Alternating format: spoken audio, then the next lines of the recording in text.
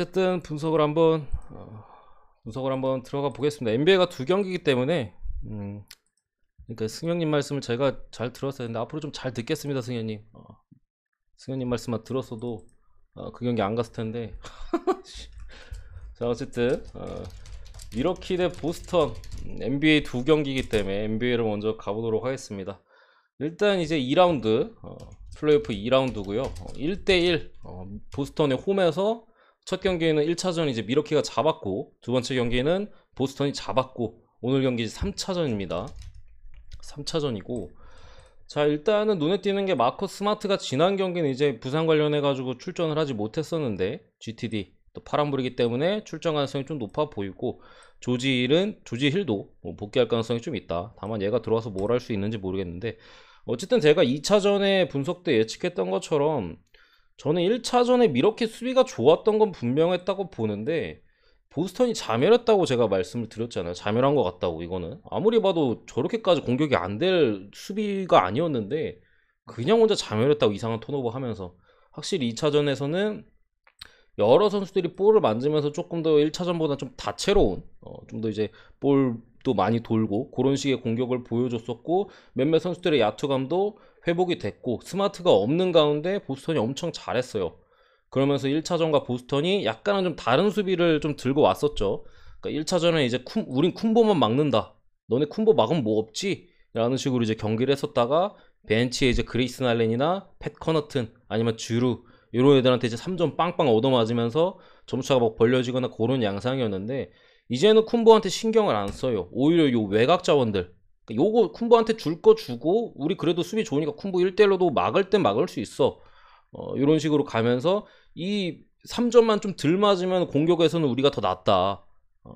어차피 미들턴도 빠져있고 우리가 더 할 수 있는 게 많다. 스마트가 없었는데도 그런 쪽에서 이제 전략이 상당히 좀 잘 먹혀 들어갔었고, 저는 이 시리즈는 처음부터 제가 말씀드렸는데 저는 보스턴이 올라갈 거라고 봅니다. 애초에 보스턴이 올라갈 거라고 보고, 지금 미들턴이 빠진 게 상당히 커요. 왜냐면은 일단은 보스턴의 미러키의 방패는 뚫렸어요.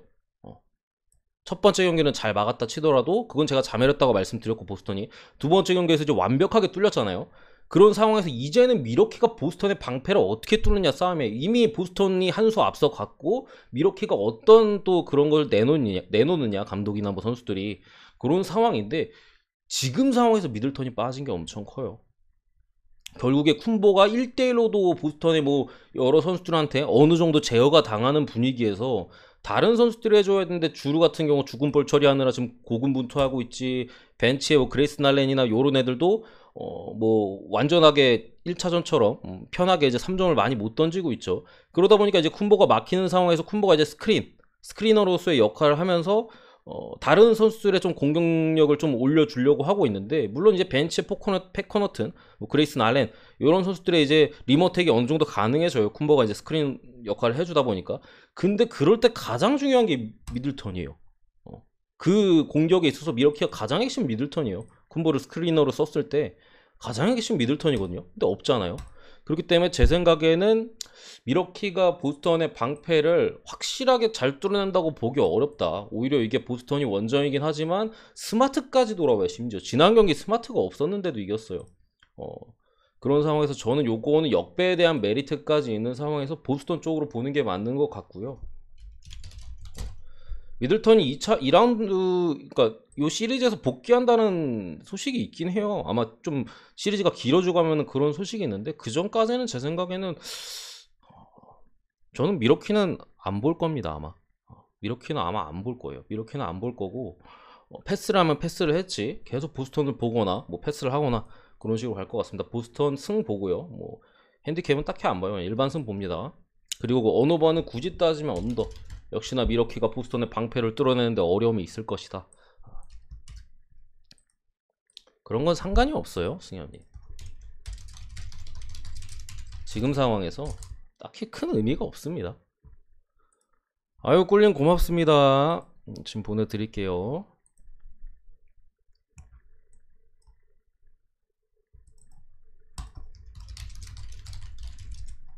근데 어쨌든 사실 보스턴이 원정이기 때문에 저도 막 그렇게 엄청 좋은 사이즈로 보진 않아요, 여러분들. 저게 뭐 별점이 3개거나 뭐 그 정도는 아닙니다. 그래도 저는 보스턴이 이길 것이다 라고 보는 거고, 그 다음에 골스 대 멤피스. 일단은 골든스테이트가 그래도 홈에서 잡는다고 보고요. 다만 핸디캡은 이거는 너무 문모예요. 일단은 게리 페이튼 2세가 빠진 상황에서 자모란트가 지금 날뛰고 있어요. 개페이 같은 거 여러분들도 아시겠지만 이제 수비가 상당히 좋은 선수예요. 그러니까 아버지 뭐 게리 페이튼이잖아요.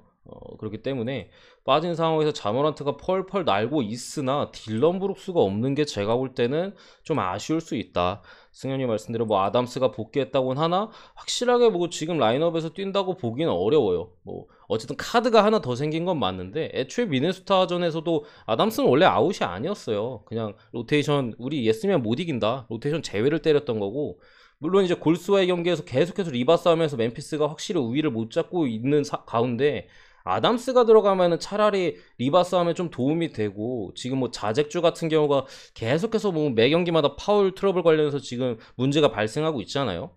근데 통계적으로 봤을 때 이제 자잭주 같은 경우도 아담스랑 같이 뛸 때는 파울 트러블이 확실히 파울 개수가 줄어들어요. 그런 부분에 있어서 아담스가 뭐 뛸 수도 있을 가능성은 있겠으나 뭐 확실한 건 모르겠고요. 어쨌든 지난번에 골스가 졌던 거는 자모란트 못 막은 게 일단 첫 번째고, 두 번째로는 3점이 안 터졌어요. 골스가 3점이 안 터졌었다. 그러니까 그런 부분에 있어서 어쨌든 골스의 홈으로 돌아왔고, 딜런 브루스가 빠진 상황에서 골스의 공격을 완벽하게 제어할 수가 없다. 지난 경기도 커리가 그냥 뭐 미드레인지 지역 그냥 계속 털어먹었잖아요. 뭐 레이업 계속하고 뭐 점퍼 계속 던지고, 그런 와중에 이제 골스에 3점만 터졌으면 저는 그래도 골스가 잡는 그림으로 갔을 가능성도 충분히 있다고 보거든요. 물론 저는 지난 경기 멤피스 승을 봤지만 어쨌든 그런 가운데 골스 홈에서는 어려울 것이다. 양쪽에 이제 수비 쪽 자원들 빠진 걸 감안해서 일단은 저는 그래도 오바 쪽의 가능성이 높다고 보는데 뭐 그렇게 좋아 보이진 않다. 골스 사이드로 봅니다. 다만 근데 핸디캡은 너무 높아요. 7.5는 솔직히 너무 높아요. 제가 봤을 때 한 4.5, 5.5 기준점이 맞지 않나 싶은데 7.5는 좀 선 넘긴 했다. 그래서 잘 모르겠다.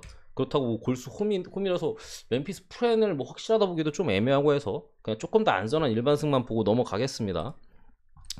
데스몬드 베인은 제 생각에 부진할 가능성이 좀 높아 보여요. 홈에서도 부진했는데 원정에서 잘하면은. 어쨌든 그리고 이제 축구로 넘어가겠습니다. 축구는 오늘 제가 데이터 자료를 못 만들어서 이렇게 메모장으로 진행할 거고, 10경기가 아마 좀 안 될 수도 있어요. 분석하다 보면은. 첫 번째 경기 이제 토리노 대 나폴리로 가겠습니다.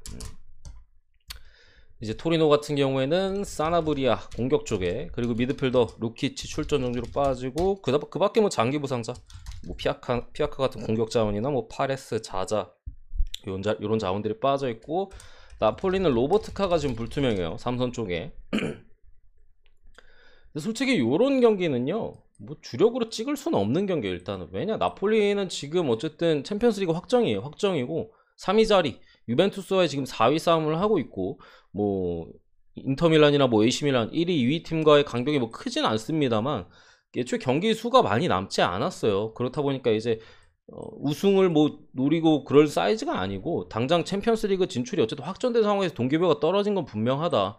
그러면서 이제 나폴리 같은 경우도 계속해서 수비 쪽에서의 문제가 지금 발생하면서 실점이 계속되고 있는 가운데, 상대는 어쨌든 강한 토리노예요. 압박이 상당히 좋은 팀이고, 최근에 뭐 아탈란타라고 상대로도 선전했고, 지난 경기에 뭐 엠폴리 원정에서 잡았고, 물론 그때 퇴장이 있었습니다. 그래가지고 사이즈 자체가 사실 뭐 어느 쪽을 찍든지 주력으로 찍을 만한 경기는 저는 아니라고 생각을 하고요. 다만 어쨌든 나폴리가 거의 풀 라인업인 가운데 공격 쪽에 토리노 같은 경우 사나브리아랑 페아카가 빠졌기 때문에 이러면 아마 벨로티가 그나마 복귀해서 좀 다행일 수 있겠고, 뭐 지난 경기처럼 이제 조금 유망주라고 볼 수 있는 젊은 자원인 펠레그리니가 뛰거나, 아니면은 갑자기 이름이 기억 안 나네. 그놈 누구냐? 갑자기 이름이 기억이 안 나네. 어쨌든 다른 공격 자원이 있는데 뭐 그런 식으로 나올 수 있겠는데, 사실 조금 어려워요. 토리노가 지금 핵심 미드필더 루키치가 빠졌다고는 하나 다른 자원들이 다 복귀했거든요. 최근에서야 뭐 포베가, 그리고 이제 만드라고라, 뭐 이런 핵심 미드필더 자원들이 다 복귀한 상황에서 지난 경기도 어쨌든 뭐 일정이 빡빡하진 않습니다만 로테이션이 돌아갔었고, 이런 부분 봤을 때는 저는 뭐 고배당을 노릴 만한 경기라고 생각합니다. 무승부 가능성이 좀 있어 보이고요. 이긴다면 그래도 나폴리가 한 점 차로 좀 잡지 않을까, 풀라인업인 점도 있고, 뭐 어쨌든 그렇게 봅니다. 근데 사실 이게 조금 애매해요. 진짜 무승부 엠모랑 토리노 프란이랑 약간 한 끗 차는 느낌이긴 한데 저는 그래도 나폴리를 믿어서 이렇게 보긴 했어요. 마인 가능성은 없을 것이다. 지금 사이즈에서. 그래가지고 이렇게 봤습니다. 언어버도 조금 어렵다. 뭐 찍는다면은 사실 언더는 못 찍을 것 같아요.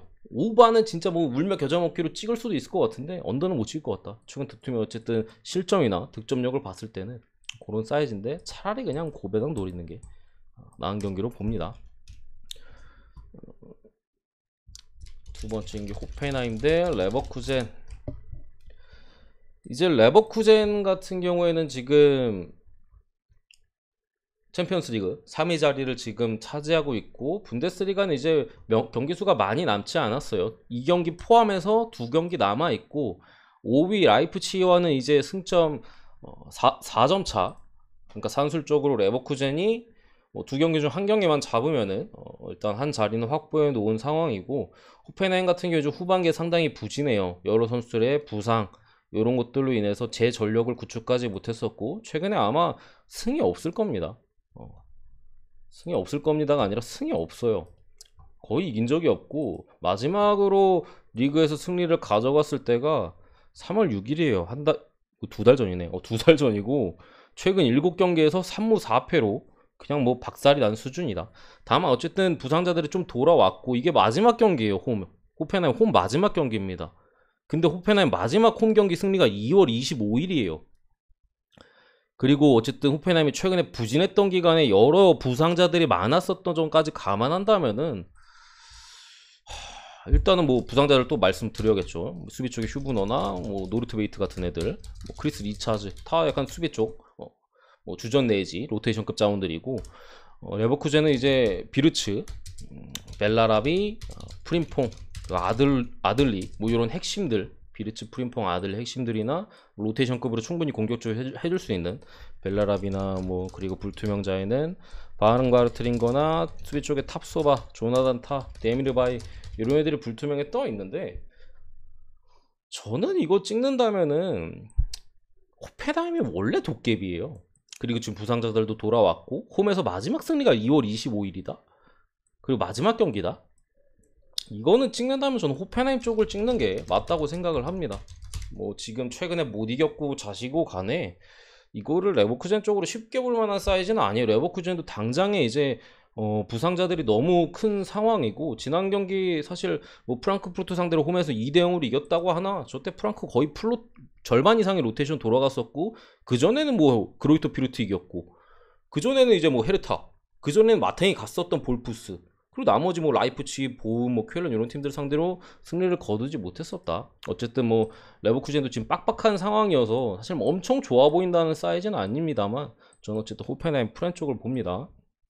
충분히 비벼줄 사이즈는 될 것이다. 도깨비답게 또 이런 경기에서 이길 가능성까지 고려했을 때 이렇게 보고 쾰른 대 볼프스부르크 일단 쾰른은 세바스티안 안데르손 장신 공격수가 불투명에 떠 있습니다. 뭐 키퍼 쪽에 두다나 볼프스 같은 경우 오타비오, 윌리엄 아니면 뭐 발더 슈미트나 수비 쪽에 이제 보르나우 얘는 이제 불투명 센터백 이렇게 떠 있는데 쾰른이 막판에 지금 엄청 무서워요. 막판에 그러니까 쾰른 같은 경우는 제가 뭐 제 분석 오래 보신 분들은 아시겠지만 저는 시즌 중반 초중반부터 되게 좋은 팀이라고 말씀드렸어요. 이 팀 중위권에 있을 때부터 감독을 일단 좀 잘 선임을 했고 미드필더 쪽에 아니 전방위적인 압박이나 그걸 이제 가로채 가지고 빠르게 카운터 치는 거에 능해요. 근데 이제 초반이나 전반 뭐 사이즈에서 이제 시즌으로 봤을 때 부진했던 이유는 후방에서 빌드업하다 가로채기를 많이 당했었거든요. 그러다 보니까 좀 어이없는 실점도 많았었고 어쨌든 그런 이제 후방 빌드업에서의 안정감이 없었는데 이게 당연히 시즌이 계속해서 치러질수록 쾰른이 그런 안정감이 생기고 그에 따라서 실점도 멀티 실점 이상을 먹는 경기가 많이 없고요. 뭐 먹어야 한 골 그래도 꾸준히 먹긴 합니다만 어쨌든 그런 식으로 이제 진행이 되고 있고 점차 이제 후방에서 안정적인 빌드업이 되다 보니까 초전방에서 이제 득점도 많이 터지면서 지금 뭐 4연승을 거두면서 6위까지 치고 올라온 상황이고 볼푸스는 지금 어쨌든 시즌이 끝났어요. 12위이기 때문에 떨어질 곳도 올라갈 곳도 없다. 특히나 어쨌든 원정 볼푸스 뭐 이런 점을 감안했을 때 일단은 쾰른 사이드로 보는 게 맞아 보여요. 쾰른이 질 가능성은 제가 볼 때 아예 없어 보이고, 이게 뭐 승이냐 무냐라고 좀 볼 수 있겠는데,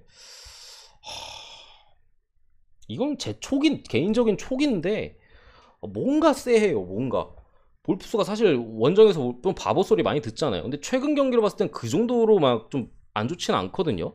어쨌든 볼프스의 최근 경기 결과나 이런 걸 봤을 때 확실한 상승세가 있어요. 아우쿠스전 제가 요때 물었다가 부러졌었는데 이때 선수들의 몸 상태가 별로였고, 이 다음 경기부터 좀 올라오는 모습이 분명히 있었다. 뭐 아르민이 4대0, 마인츠 5대0, 슈투트가르트한테도 극장골 먹기 전까지 1대0으로 리드하고 있었고, 무승부 가능성이 조금 있어 보이긴 하는데, 일단은 햄무를 먼저 보고요. 요거는 뭐 햄무 무를 나눠 가시는 것도 뭐 방법이겠으나, 어쨌든 저는 가능성 면에서는 햄무 쪽이 조금 더 높다고 생각을 해요. 2대1 뭐 그런 쪽에 가능성이 높지 않을까 싶고, 다만 일반승에서 조금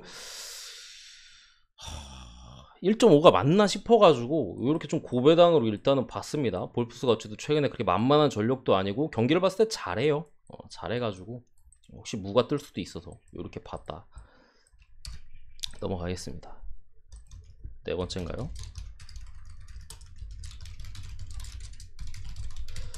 자, 이제 브렌트포드 대 사우스햄튼. 브렌트포드 같은 경우 이제 지난 경기 이제 맨유 원정 가서 3대0으로 아쉽게 패배를 했었고, 사우스햄튼은 요즘 그냥 수비가 마탱이가 같죠.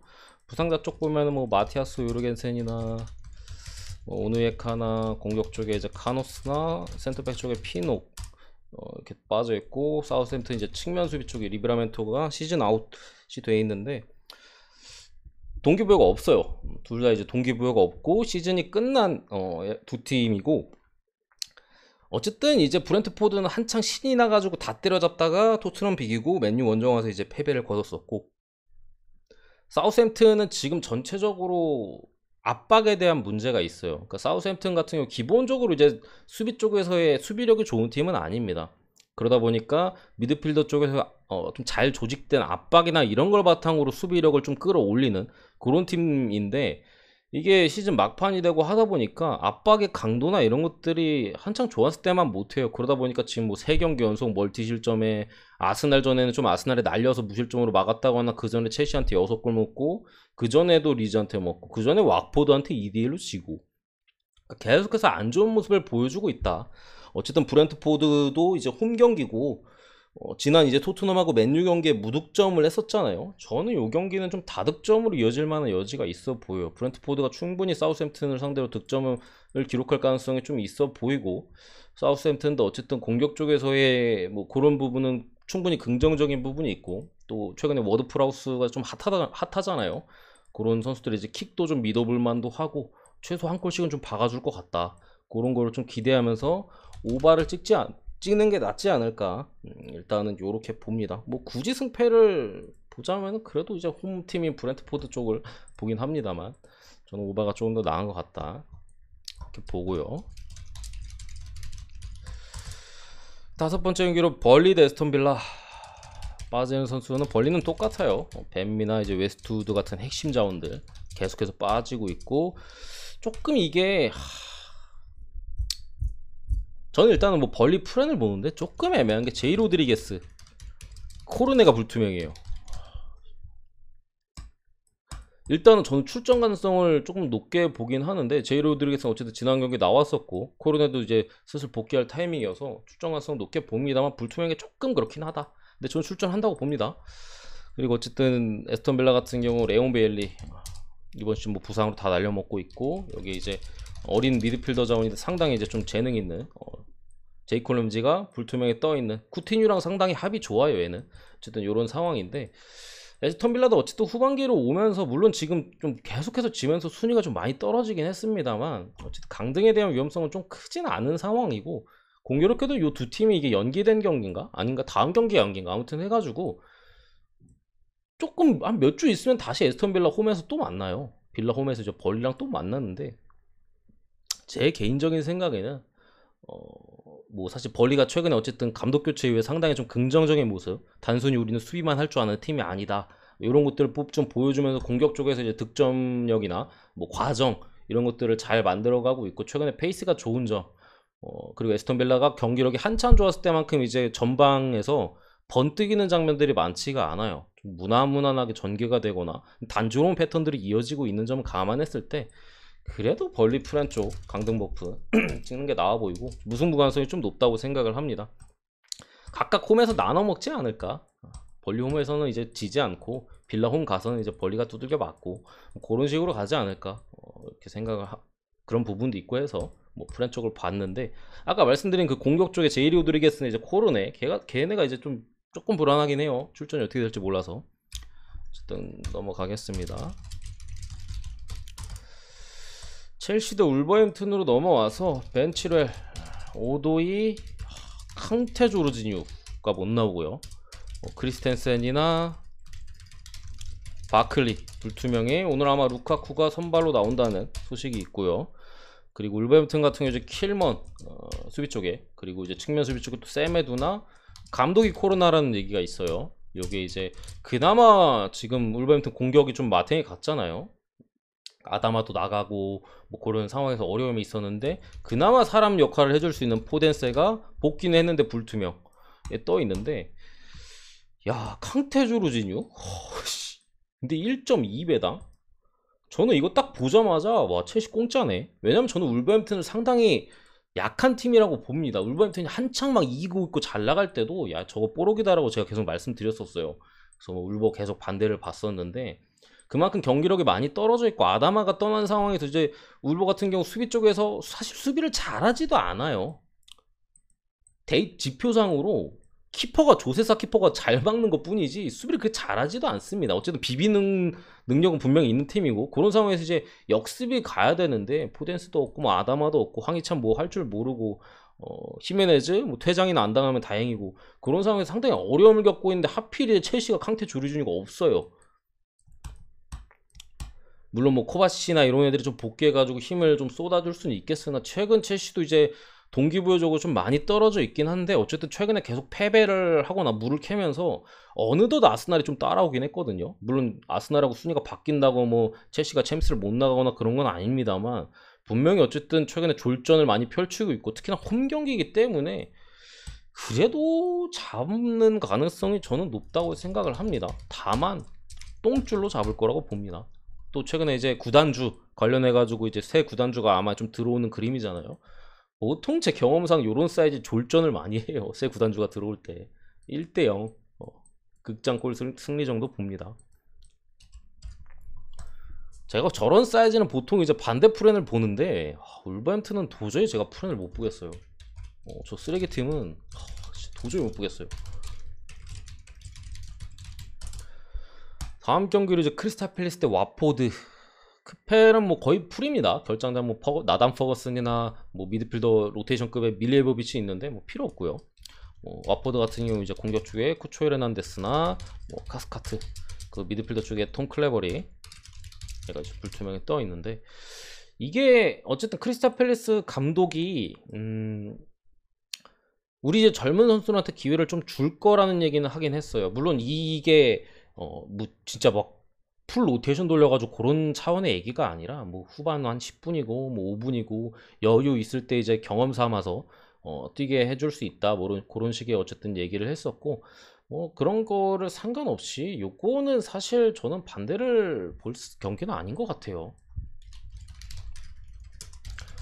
와포드가 최근에 보여준 어쨌든 수비적인 부분이나 크리스탈 팰리스의 이제 경기력 이 팀도 이제 중위권 팀치고 상당히 좋은 팀입니다. 옛날부터 제가 말씀드려 왔었고 그나마 이제 좀 앞선에서 득점이 좀 잘 안 터지거나 뭐 부상자나 뭐 네이션스 차출 이런 쪽에서의 문제가 있다 보니까 이제 성적이 좀 다른 이제 좋은 팀들에 비해 올라가지 못하고 있는데 어쨌든 최근에 다 돌아온 상황에서 보여주는 경기력은 분명히 잘해요. 경기를 잘합니다.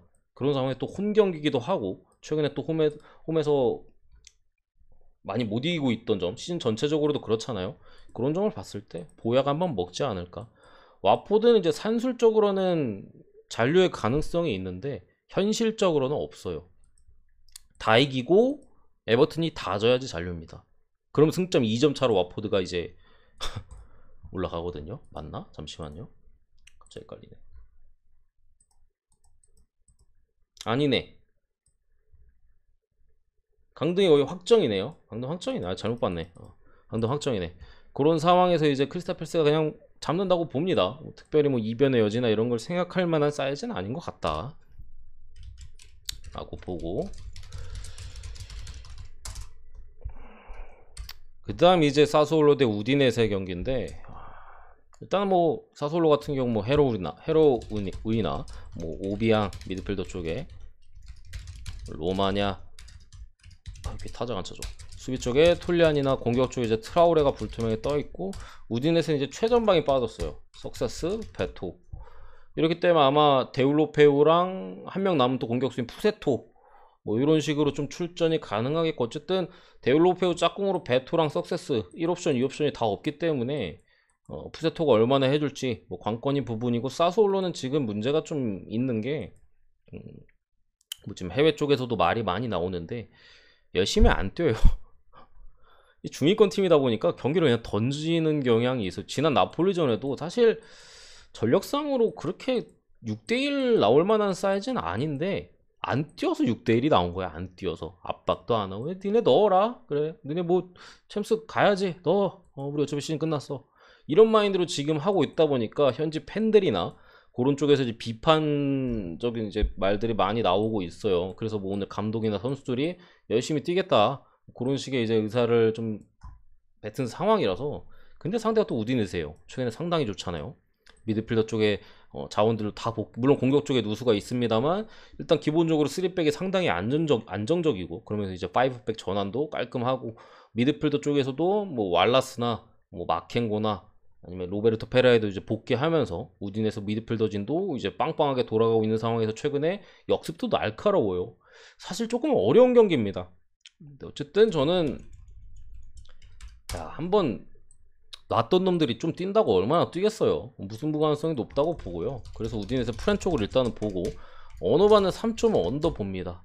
어쨌든 우디도 동기부여가 없는 건 사실이고, 최전방에 누수가 있어요. 베토는 원래 빠져 있었고 석세스까지 빠지는 상황. 그리고 사스올로도 정신 차리고 열심히 좀 뛴다면 그래도 수비는 좀 하겠죠. 그런 상황에서 뭐 그렇게 좋아 보이진 않습니다, 이 경기 자체가. 근데 어쨌든 4골 이상은 조금 어렵지 않을까, 일단은 그렇게 봅니다. 일단은 저는 물론 배팅은 안 합니다만 그렇게 보고요.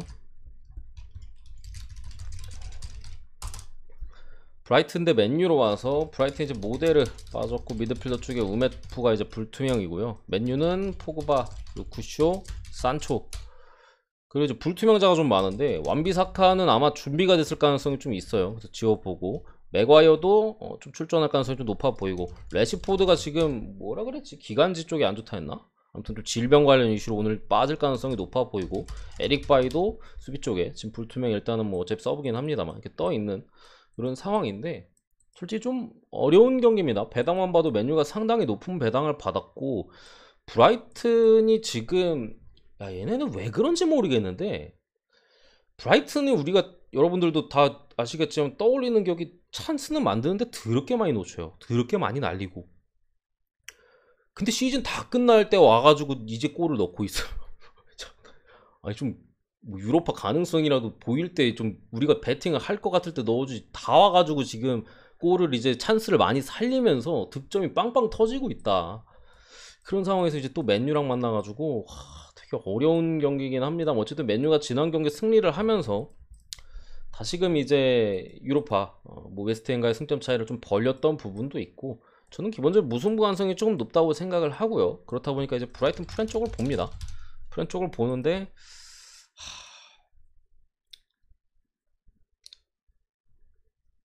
갈만한 것 같긴 한데, 저도 이거를 조합에 계속 넣었다가 뺐다가 넣었다가 뺐다가 계속 고랬어요. 근데 어쨌든 그런 딱 느낌입니다. 아, 이거 가져갈 만도 한데, 근데 조금 애매하기도 하고, 약간 그런 느낌으로 저는 일단 보고, 언어바 같은 경우에 초안에서는 오바를 봤었는데, 그렇게 솔직히 안 가는 게 나은 것 같아요. 차라리 프렌 가는 게 맞는 것 같고, 간다면은. 그래서 일단은 패스를 하도록 하겠습니다. 2경기만 더 할게요. 10경기 넘어갔는데 목 아파.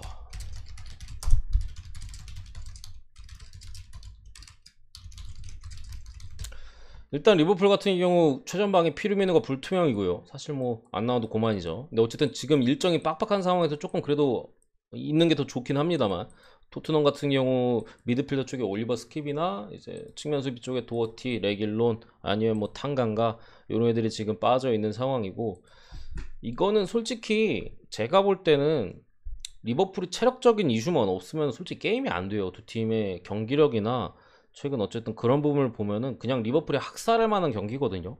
근데 리버풀 지금 일정이 너무 빡세요. 당장에도 이제 비아레알 원정을 다녀왔고, 심지어 전반에 2대0으로 뒤지면서 후반에 또 풀 에너지를 쏟고 왔어요. 그랬던 상황이고, 4월 달에 리버풀이, 와, 이게 선수들이 소화할 수 있는 일정인지는 모르겠는데, 제가 뭐 선수를 했던 건 아니니까 이게 되는 건가? 4월 2일부터 시작해서 지금까지 계속 3, 4일 간격 일정이에요. 좀 텀이 있다 싶으면 5일이고, 한 달 동안 계속 이거는 좀 되게 좀 큰데, 그럼에도 리버풀이 지금 어쨌든 쿼드러블 관련해가지고 선수들이 똘똘 뭉쳐있긴 해요. 뛰는 거 보면은, 야, 얘네가 3, 4일 간격으로 계속 뛰는 애들 맞아 싶을 정도로 지금 뭐 압박의 수준도 상당히 좀 괜찮고 그런 모습을 보여주고 있어서, 토트넘 같은 경우 제가 지난 분석이나 계속해서 말씀드리지만 이 팀의 약점은 압박이에요. 리버풀이 마음먹고 좀 체력 컨디션 괜찮을 때 압박을 한다? 유슈팅 제로 나옵니다. 유슈팅 제로. 공도 제대로 못 잡을 거예요. 역습도 제대로 못 가져가고. 근데 어쨌든 지금 리버풀의 체력적인 상태나 여러 가지 고려했을 때는, 지난번에 레스터전에 보셨잖아요. 손흥민 그 찰나의 공간 있는데 바로 때려 넣는 거. 진짜 한 0. 몇 초 내지 1초 정도 늦게 왔다고 그냥 슈팅 바로 갈겨서 그냥 넣잖아요. 토트넘은 그런 것들이 되게 중요한 팀인데, 이 리버풀이 그런 것들을 완벽하게 제어할 수 있느냐라고 봤을 때 저는 조금 의문이 있어요. 체력적인 부분에서. 물론 최근 경기를 봤을 때는 솔직히 마음 먹으면 할 수도 있겠다 싶은데, 어쨌든 또 3일 간격 일정이 있고, 뭐 이 경기 치르고 다음 경기 다음에는 또 FA컵 결승이 있어요. 첼시랑. 그러다 보니까 그래도 실점에 대한 가능성을 좀 열어두는 게 좋아 보이고, 저는 솔직히 리버풀이 질 거라고 생각 안 합니다. 이거는 토트넘이 이길 가능성은 제 생각엔 거의 없고요. 전력상으로 봤을 때 리버풀이, 그러니까 체력이 완전 퍼지거나 그래야 되는데 지금까지 아직 그런 모습은 보여주지 않았기 때문에, 뭐 지난 경기들처럼만 한다면은 질 가능성은 없어 보이고, 무승부 가능성도 좀 떨어진다. 잡을 가능성이 상당히 높아 보이고, 그래도 한 골 정도는 줄 수 있다. 오바. 이렇게 봅니다.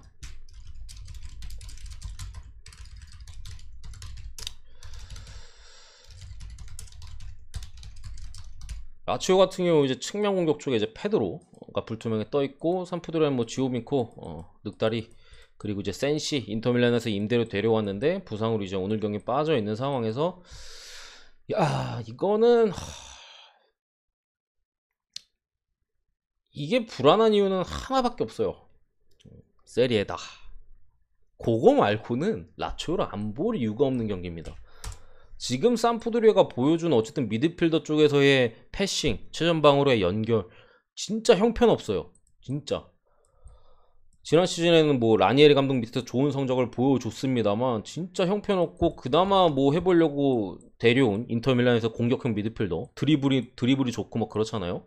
와도 안 됐어요. 근데 얘도 지금 빠져있는 상황에서 라치오 상대로, 사실 라치오가 물론 이제 수비가 그렇게 강한 팀은 아닙니다만 이거는 라치오가 잡아야 되는 경기입니다. 이거는 참사가 안 나면은 솔직히 잡아야 되는데, 세리에라서 조금 불안해요. 진짜로. 세리에라서. 분명히 근데 어쨌든 유로파 싸움을 하고 있고 산푸도레도 어쨌든 강등권 언저리에 있다 보니까 사이즈는 좋아 보입니다. 좋아 보이는데 축은 잡지 마세요, 여러분들. 저는 그런 느낌으로 봐요. 저도 이거 2박스 들어가 있었거든요. 뺐어요. 근데 이거 아닌 것 같아가지고 빼고 다른 걸 넣었는데, 여러분들도 뭐 두 박스 정도 뭐 이렇게 가는 건 괜찮은데, 축 잡았다가 진짜 혹시 터질 가능성이 좀 있어 보이기도 하는, 진짜로 의외로 그런 약간 촉적인 냄새가 좀 나가지고, 어쨌든 사이즈는 그냥 전력 분석이나 여러 사이즈로 상당히 좋아 보입니다. 거의 뭐 그냥 주력감이에요. 어쨌든 오늘 해외 축구 11경기까지 했는데, 느바 2경기랑 해가지고 여기까지입니다.